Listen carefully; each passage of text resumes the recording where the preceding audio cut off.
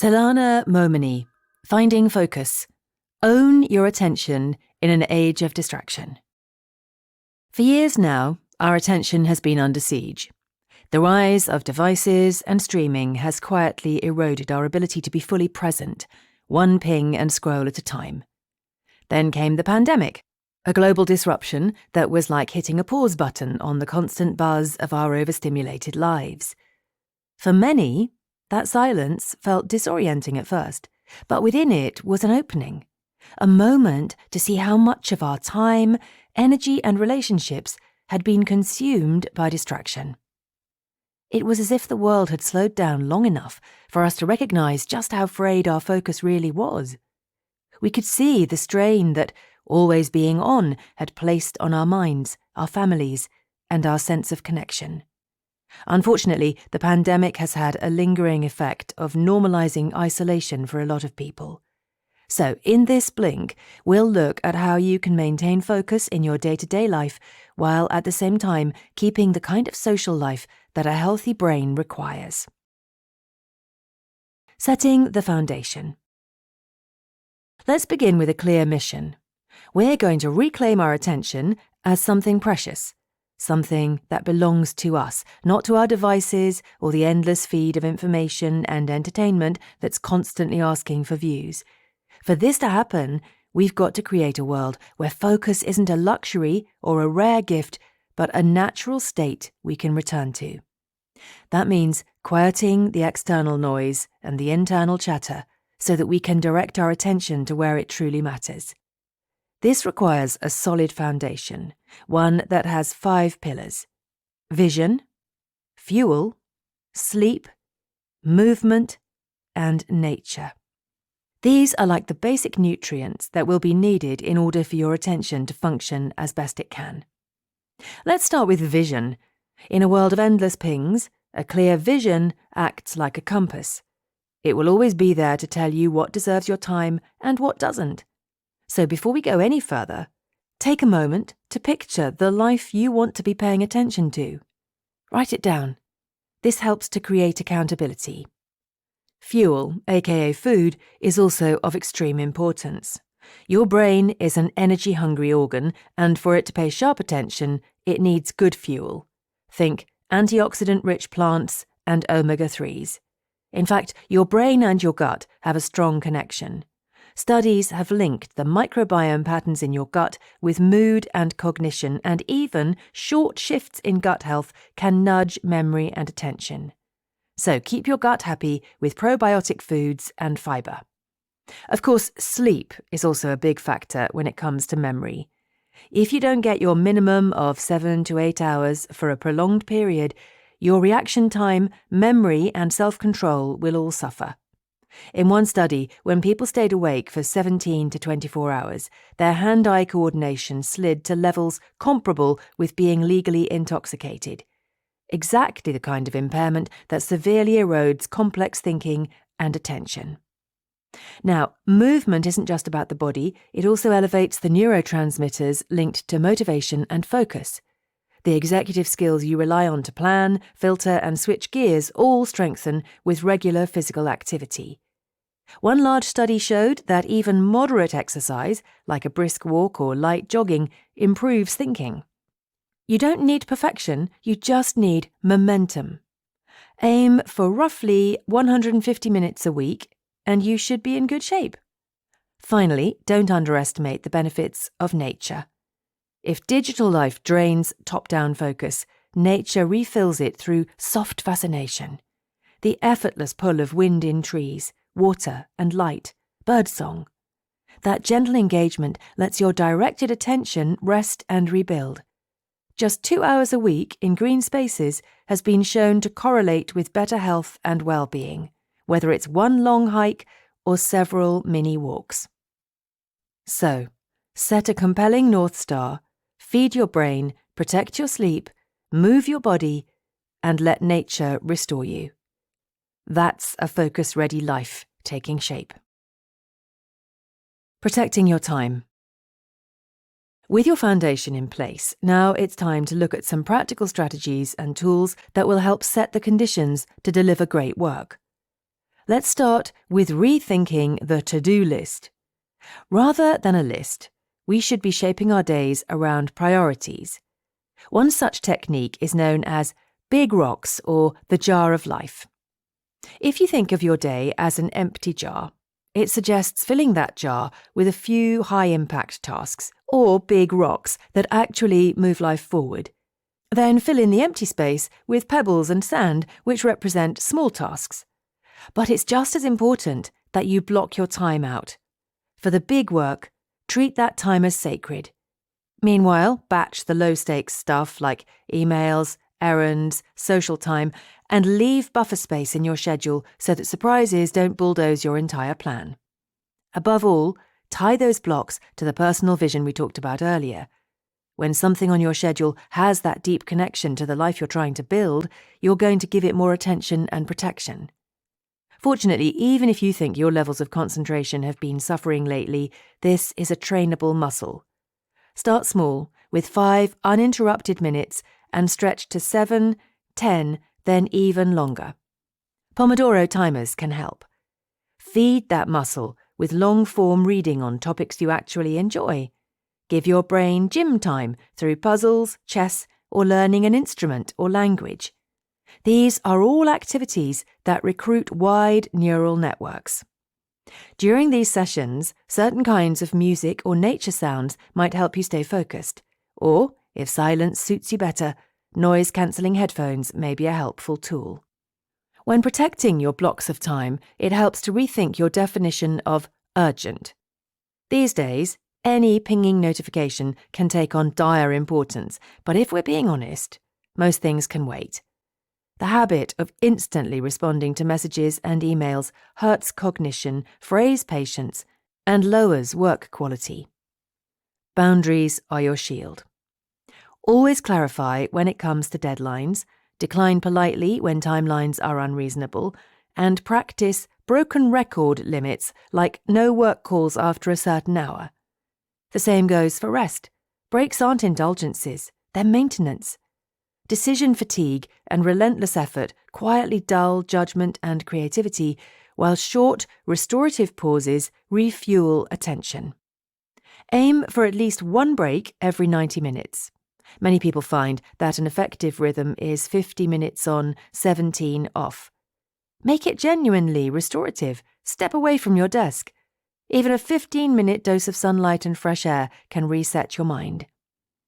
Put together, these tools help you direct attention with precision and defend it with boundaries and breaks.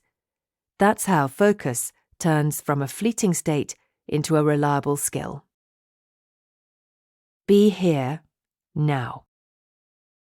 So we've talked about how to keep the external distractions at bay, but what about the internal? Attention strengthens when we meet life where it's actually happening.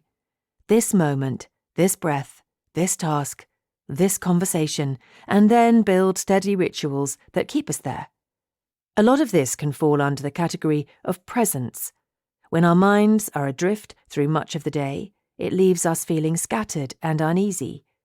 Presence reverses that by bringing awareness back to what's in front of us, no judgment, just attention. A meditation or mindfulness practice can help strengthen this muscle as well.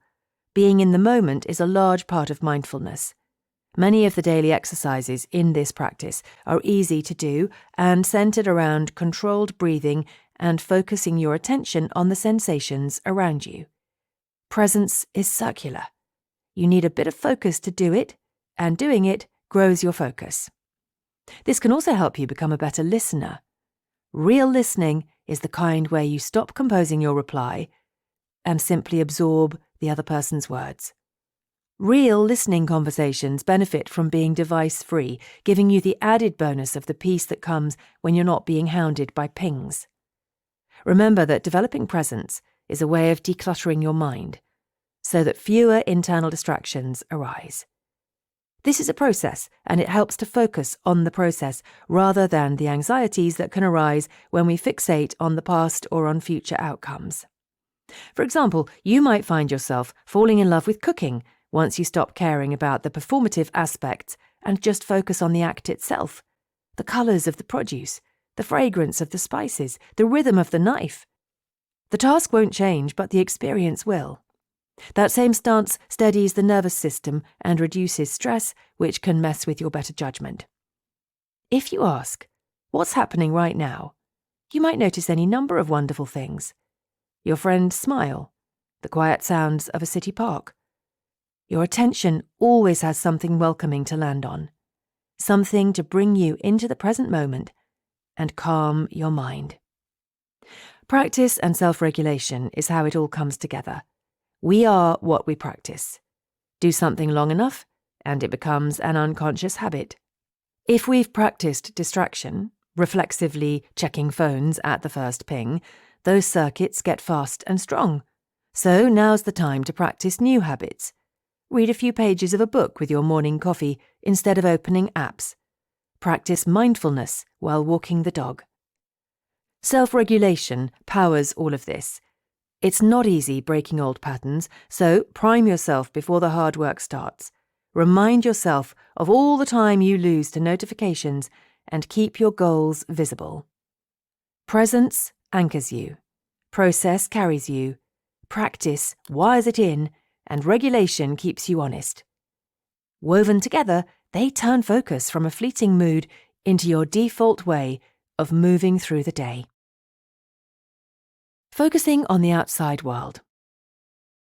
Once your inner focus is steadier, the last step is bringing that steadiness into conversation, community, and the wider world. So your attention doesn't just survive real life, it thrives in it. Begin with how you listen.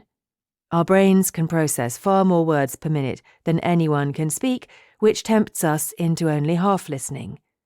Active listening, on the other hand, closes that gap on purpose. Characteristics include eye contact, letting the other person finish before you speak, and tracking their pace instead of jumping in. It also helps to reflect back what you heard to check your understanding, such as, "It sounds like you're really upset with your sister." While you're at it, try to ask open questions that nudge the story forward, like, "What did you do then?" Empathy is the secret engine here, and you'll be building trust when you withhold judgment and aren't afraid to open up about yourself at times. Now, a lot of conversations have moved online and into virtual rooms, but humans are wired for in-person connection. In fact, our reliance on digital communication leaves many of us lonelier and more distracted. Meanwhile, research shows that our brains are far more active in face-to-face situations, and they lead to sharper cognition and better mood. Even casual encounters, your barista, a neighbour on a walk, feed social well-being. Try 3 small experiments this week. Schedule one low-stakes meetup, like coffee or a lap around the block. Put your phone completely out of sight during at least one conversation and share one meaningful detail beyond small talk. You'll feel the difference. The last 2 tools we'll explore are creativity and curiosity. Creativity doesn't have to mean art, but creating and doing things with your hands, whether it's sketching, woodworking, or even playing a game of chess, can be great ways of lifting your mood and strengthening neural connections. Creativity is any act that blends originality with usefulness. Drafting a surprising fix for a work problem, improvising a new dinner, rewriting an email with humour, it all serves to refill the well and should be part of your daily routine. Finally, there's curiosity. This is the trait that draws your focus toward what's worth exploring. Sometimes it's driven by interest and the sheer pleasure of learning, sometimes by a nagging gap you want to close.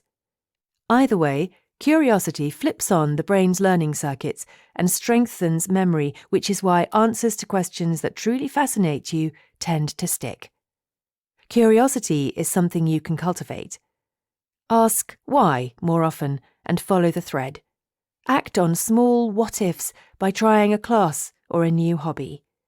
Schedule unstructured thinking time. No agenda, just space to wonder. Keep asking better questions and keep looking for better answers.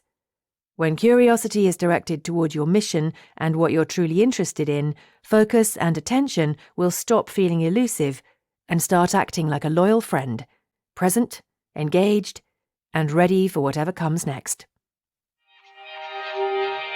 The main takeaway of this blink to Finding Focus by Zelana Momeni is that it isn't easy to reclaim ownership of our attention in a world that profits from distraction. Living a more focused life in this kind of environment doesn't require a single act of willpower.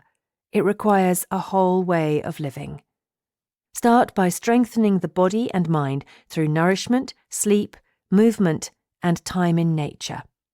Then structure your days around meaningful priorities and protected deep work blocks. Learn to respect the natural rhythm of your brain, when to concentrate, when to rest, and when to recover.